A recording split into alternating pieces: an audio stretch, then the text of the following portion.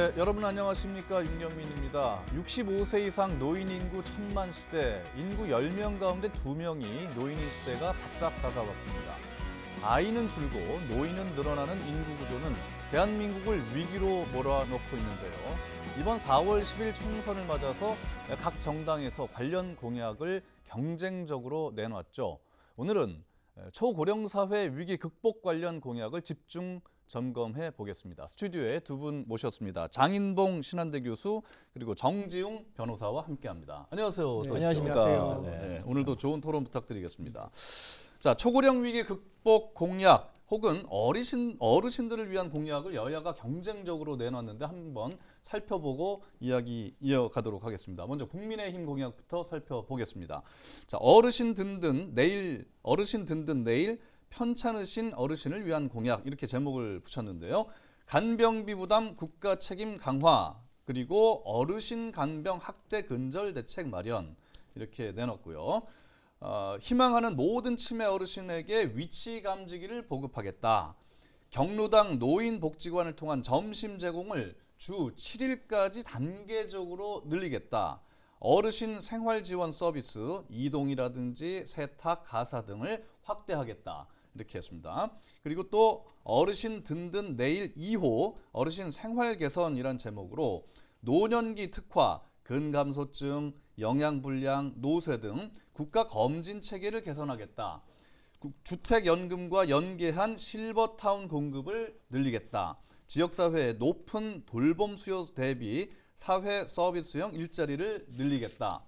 베이비붐 세대의 역량 경험을 활용한 사회 공헌을 확대하겠다. 이렇게 내놨습니다. 이번에는 민주당의 관련 공약을 살펴보도록 하겠습니다. 요양병원 간병비를 건강보험에 적용을 하겠다. 요양병원 간병비 급여화로 사적 간병 부담을 완화하고 간병의 질을 높이겠다. 부적절한 장기 입원을 방지하겠다. 그리고 요양병원 간병비 본인 부담을 대폭 완화하겠다. 환자에게 맞는 간병 서비스를 제공하겠다. 간병인 교육 그리고 양성 체계를 마련하겠다입니다. 또 살펴보면은 경로당 관련인데요. 주 5일 점심을 제공하겠다. 현재 중앙정부의 경로당 예산 지원 항목에 부식비를 포함하겠다. 그리고 급식 도우미를 경로당에 보내서 급식 청소 등을 지원하겠다. 제가 이렇게 길게 말씀드렸습니다. 자, 우리 정지웅 변호사부터 말씀해 주실까요? 민주당이 이제 경로당 5일 그 점심 제공을 내놓자 국민의힘이 이번에 7일로 늘려서 매일 제공하겠다고 했어요. 자, 어르신 입장에서는 굉장히 반가운 공약일 것 같아요. 어떻게 그렇습니다. 우리 초고령 사회를 맞이해서 시급히 검토할 노인 복지 대책 중에 하나가 경로당 어르신들에게 점심을 제공하는 돌봄 시스템을 구축하는 것입니다.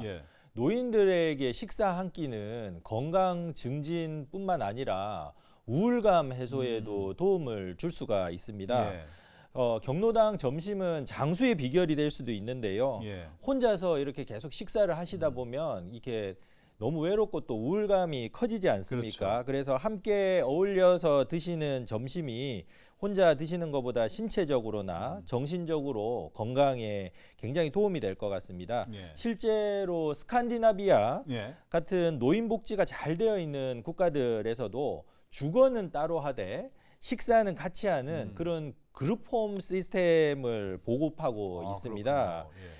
그리고 한 가지 제가 좀 강조하고 싶은 거는요. 식사 횟수를 늘리는 것도 중요하지만 좀 충실한 식단이 될 수 있도록 양질의 식단을 제공하는 것이 더 중요하다. 이렇게 말씀드리겠습니다. 급식의 질을 높이자. 자, 이제 뭐 영양 보충뿐만 아니고 고독감을 해소하고 우울감을 줄일 수 있는 좋은 공약이다 이렇게 평가를 해주셨어요. 다만 이제 이렇게 주 5일이든 7일이든 점심을 다 제공하려면은 그만큼 예산이 많이 투입돼야 될 것 같은데 역시 재원 마련이 문제 아니겠습니까, 교수님? 뭐 늘 선거에서는 늘 이제 선심성 공약 경쟁이 늘 있었습니다. 근데 이번 선거는 특히 이제 어르신들 비율이 유권자 중에 이제 2%쯤 되세요. 그러니까 2030 세대보다 훨씬 많은 거예요. 1%가 이제 2030 세대니까. 그러니까 어르신들에 대한 이제 표심을 공략하는 아주 이제 선심성 공약 경쟁에 불을 붙었고 그렇죠. 특히 여야가 이제 정치적인 사활을 건 이번 선거의 성격이 돼서 네. 특히 그게 더 아주 치열해지고 있거든요. 근데 역시 이제 그러다 보면 작년에 세수 부족이 56조였습니다. 예. 우리나라 1년 예산이 660조인데 거의 10% 정도 부족한 예. 세수입이 지금 지난해 있었고 올해도 비슷하게 한 60조 정도 세수 결손이 예상되는데 그 재원을 어떻게 마련할 것인지에 대한 구체적인 대안은 사실은 지금 제시되지 않고 있는 그렇죠. 상황입니다. 그래서 그럼에도 불구하고 이제 저는 예산이라는 건 재정민주주의고 예산의 사업상의 우선순위를 어떻게 정할 것인지에 대한 문제이기 때문에 예. 공약에 있어서의 어떤 그런 좀 옥석을 가리는 예. 그런 좀 여야의 그런 좀 조금 좀 선진화된 그런 정치 의식 그리고 예. 그걸 통해서 구체적인 재원 조달 마련 대책을 국민들에게 좀 소상하게 밝힐 필요가 있다. 그럴 의무가 있다라는 말씀을 좀 드릴 수 있을 것 같습니다. 그렇군요. 걷어들이는 세금은 줄어드는데 이 쓸 돈은 또 많아지니까 어떻게 재원을 마련할지 좀 투명하게 구체적으로 마련을 해줘야 된다 이런 말씀이셨고, 자 이런 가운데 이제 민주당과 국민의힘은 어르신들을 위한 공약을 많이 내놓고 있는데 특히 이제 점심을 5끼를 주는가 혹시 7일 전부 주는가 이렇게 경쟁적으로 내놓고 있는데 반해서 이준석 개혁신당 대표는 이걸 가지고 매표 행위라고 지금 이야기를 하고 있어요. 양당의 경로당 점심 제공 공약에 대해서 대학생 1,000원의 아침밥 제공에 이어서 밥 제공하는 이야기만 계속되는데 총선 전략이 왜 죄다 매표 행위인가? 사회 개혁이나 제도 개혁 좀 이야기하면 안 되나? 이렇게 또 비판을 했습니다. 정 변호사 어떻게 생각하십니까? 예, 이준석 대표님의 그런 말씀도 일리가 있습니다. 네. 그 우리가 선거 때 사회 개혁이나 제도 개혁 이런 얘기들을 해야 되는 말씀은 뭐 100번 당연한 예. 말씀이신데요. 지금 선거에서 거대 양당에서 나오는 얘기들을 보면 다 표를 얻어가지고 총선에서 승리하는 것이 아니겠습니까? 예. 그 중에서 이제 양당의 공약들을 보면 주로 민생에 대한 것들이 나오고 있고요. 예. 민생에서 제일 중요한 것이 어떻게 보면 우리가 먹고 사는 문제, 예. 밥 문제입니다. 그래서 지금 우리나라가 선진국이 된 것은요. 지금 선대 어르신들의 노력과 헌신에 기여한 바가 큽니다. 한강의 기적을 이룬 우리 어르신들이죠. 그렇습니다. 그래서 가족과 국가를 위해서 헌신하신 어르신들이 현재 우리가 풍요와 번영을 누리는데 정말 크게 기여하신 예. 분들이거든요. 그렇기 때문에 노인들에 대한 어르신들에 대한 국가의 돌봄 이런 부분은 아무리 강조해도 지나치지 않다 예. 이렇게 말씀드리고 싶습니다. 예. 예. 그런가 하면 또 이제 지하철 타는 데 있어서 우리가 무임승차할 수 있도록 지금 지하철 공사에서 하고 있는데 수도권에서 이걸 가지고 또 이준석 대표가 노인 지하철 무임승차 폐지 공약을 내놨습니다. 그러면서 논쟁적일 수 있지만 대한민국에 꼭 필요한 변화라고 생각한다. 특히 이제 비수도권에 사는 어르신들은 혜택을 못 받지 않느냐. 그래서 바우처를 제공해서 일정하게 무제한 무임승차가 아니고 어느 일정 부분의 교통 이용할 수 있는 그 바우처를 전국의 노인들에게 나눠주는 게 더 효율적 아니겠느냐. 이런 또 얘기를 했어요. 이거에 대해서는 어떻게 평가하십니까? 네, 뭐 아까 우리 정주영 변호사님도 말씀 주신 대로 이제 부모님 생각하면 가슴이 먹먹해지거든요. 네. 우리는 우리의 이제 사실은 노후 대책을 다 계획하고 준비하고 있는데 부모님들은 그걸 못 하셨어요. 네. 그러다 보니까 지금 노인 빈곤율, 노인 자살률 세계 1위입니다. 예. 10분의 어르신 중에 4분이 빈곤하다라고 예. 지금 분석이 되고 있고 교통 약자가 어르신들이 900만 명이 있어요. 예. 그러니까 저는 이제 이 문제는 두 가지 차원에서 접근해야 된다. 먼저 첫 번째가 지하철 적자가 정말 어르신들 무임승차 때문이냐? 근데 네. 꼭 그렇지는 않다는 거예요. 원래 이제 이 공기업이라는 거는 공공성을 유지해야 되는 명제로부터 기인하는 비효율성이 있습니다. 네. 즉 운송원가를 낮게 해야 될 필요가 있다는 거죠. 뭐 우리 일반 대중의 이제 교통수단이기 때문에 요금도 낮춰야 되고 또 어르신들에 대한 무임승차도 사실은 적극적으로 사실은 해야 된다. 예. 다른 비효율성 때문에 적자가 발생하는 거를 그것만으로 이제 단죄하는 것은 조금 문제가 있다라는 예. 말씀을 드리고요.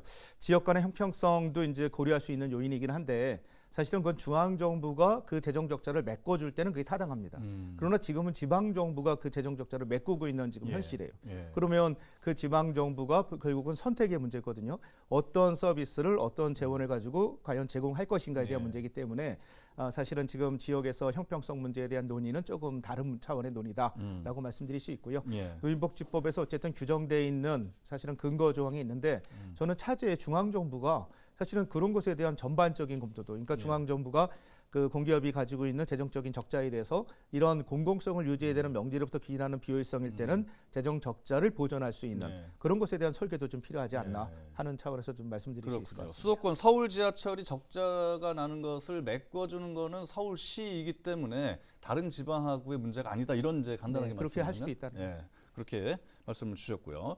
자, 이제 또 국민의힘이 공약한 것 가운데 간병비 국가 부담 확대, 치매와 관련해서 어르신 감지기 그러니까 요즘에 치매 어르신들이 이 배회하다가 길을 잃고 가족과 헤어지고 이런 게 자주 발생하기 때문에 어디에 계신지 위치를 파악할 수 있는 감지기 이런 걸 무상으로 무료로 지원하겠다. 이런 공약은 좀 피부에 와닿는 것 같습니다. 예, 그렇습니다. 지금 치매 환자 10명 중에 6명이 인지기능 저하로 인해서 배회한 경험이 있다고 합니다. 이건 굉장히 심각한 문제고요. 우리가 이 재난 문자 같은 거 보시면 뭐 어디서 배회 중인 누굴 찾습니다. 그렇죠. 이런 문자 많이 인상착의, 뭐 키, 뭐 무슨 옷 그렇죠. 그런 거 많이 받아보시지 않습니까? 맞습니다. 그래서 이런 위치 감지기 무상 지원 이런 공약은 지금 빨리 시급히 지금 도입해야 될 것으로 보이고요.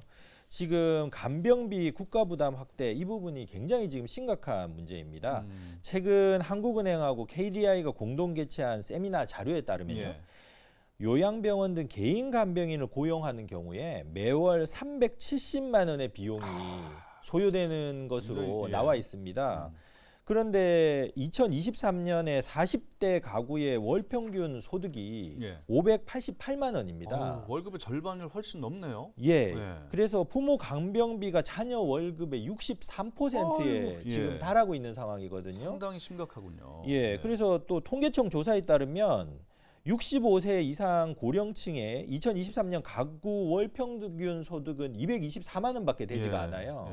그러니까 지금 이 비용을 다 쓴다고 해도 결국은 부족한 빚을 내야 부분들은 되겠네요. 자식들이 부담할 수밖에 없는 입장이거든요. 근데 또 40대 자식들 입장에서는 지금 주거비 부담이나 이자 부담 이런 게 또 굉장히 올라가 있고 또 자녀 교육비도 들고요. 또 자녀 사교육비 이런 부분들이 또 있지 않습니까? 그래서 이 부분은 개인한테 지금 전적으로 맡기기보다는 우리가 사회에서 함께 이 부분을 어떻게 나가야 되는지에 대한 사회 부조에 대한 논의가 반드시 필요하다 이렇게 생각을 합니다. 모두 다 젊게 평생을 살 수는 없는 것이고 다 나이가 들고 또 어르신이 되고 늙습니다.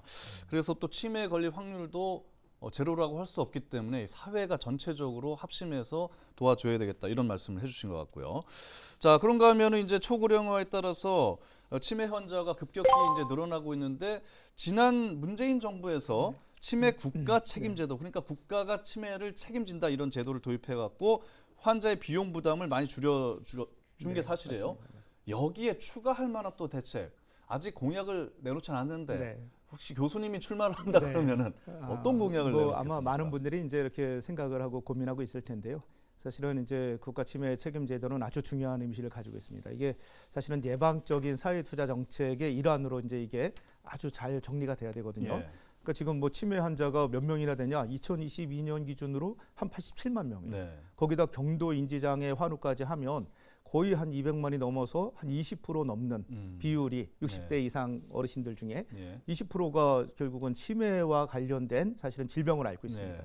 지금 간병 사실은 뭐 지옥을 넘어서 간병 살인까지 지금 사회적인 문제가 되고 있거든요. 그래서 저는 이 문제는 정말 이제 2040년 되면 뭐 국민의 한 그저 7분 중에 한 분은 치매와 관련된 고통을 이제 겪을 수밖에 없다라는 얘기가 나와서 이제 국가 치매 관련된 센터가 있고 또 지역마다 치매 안심 센터가 있어요. 그래서 저는 그 각각의 기관들이 또 대학이나 병원이나 이 기관들이 정말 좀 유기적으로 연계돼서 아주 촘촘한 치매를 예방하고 치매를 사회적인 문제로 사실은 같이 함께 해결할 수 있는 그런 촘촘한 치매 안심 어떤 거버넌스 제도가 좀 정착이 됐으면 좋겠다 이번 기회에 하는 말씀을 좀 드리겠습니다. 앞서서 고령화가 된 일본을 살펴보면 치매 카페가 있고 국내에도 좀 일부 들어서고 있다 그래요. 그래서 치매를 감추는 게 아니고 모두에게 알려가지고 도움을 받게 하는 그다음에 치매 환자 가족들이 함께 모여서 또 공감할 수 있는 그런 장소를 마련하고 치매 환자도 심하지 않은 분들은 이제 일자리를 얻는 거 그런 것도 좀 필요할 것 같고요. 자, 그리고 이제 5명 중에 1명이 치매 혹은 치매와 관련 질환을 앓고 있다고 했으니까 상당히 심각한 거 아닙니까? 그렇습니다. 앞으로 이런 정책이 더 개발됐으면 좋겠습니다. 자, 민주당은 저출생 위기 극복을 위한 공약에 힘을 준 반면에 국민의힘은 초고령 사회 위기 극복 관련 공약에 조금 더 공을 들인 거 아닌가, 저는 그렇게 생각을 합니다. 그런데 역시 재원이 문제 아닌가, 늘 이런 질문이 따라 붙는데 이거 어떻게 해야 될까요? 예, 양당 모두 그냥 재원 문제에 대해서는 지금 이야기를 하지 않고요. 기자들이 물어보면 뭐라고 얘기를 하냐면 지출 구조 조정이라고 얘기를 합니다. 지출 구조 조정. 예, 근데 그것은 정말 정직하지 않은 답변이라고 생각합니다. 왜냐하면은 재원은 한정돼 있지 그렇죠. 않습니까? 예를 들자면 지난해 국회에서 의결된 예산안에 따르면 올해 현재 전국 6만 8천여 개의 경로당이 있습니다. 그 경로당의 냉난방비와 양곡비를 지원하는 예산이 총 800억 원인데요. 이것을 양당의 공약에 따라서 5일에서 7일로 확대할 경우 몇 배 이상의 예산 확대가 불가피하고요. 양곡비 외에도 부식비와 부식 담당 인건비를 중앙정부가 부담하도록 하는 이런 민주당의 공약을 이행할 경우에도 추가 예산이 소요되고 있습니다. 이거보다 지금 훨씬 더 많이 문제가 되는 것이 있는데요. 간병비 급여와 또한 연간 약 10조 원 이상의 재원이 필요할 것으로 보입니다. 그래서 이런 부분에 대해서는 재원 마련 방안이나 아니면 이걸 전부 다 이렇게 국가가 부담하겠다고 하는 게 아니라 어떤 보험이나 이런 것까지도 결합을 해서 사보험까지 결합해서 우리 사회가 같이 뭔가 이렇게 해결책을 모색하는 이런 방안을 제시하는 것이 좀 더 정직한 공약이겠다 이렇게 생각을 합니다. 정직한 공약을 좀 내주시길 바라고 선심성 공약은 좀 지양했으면 좋겠다, 이런 의견이셨고요.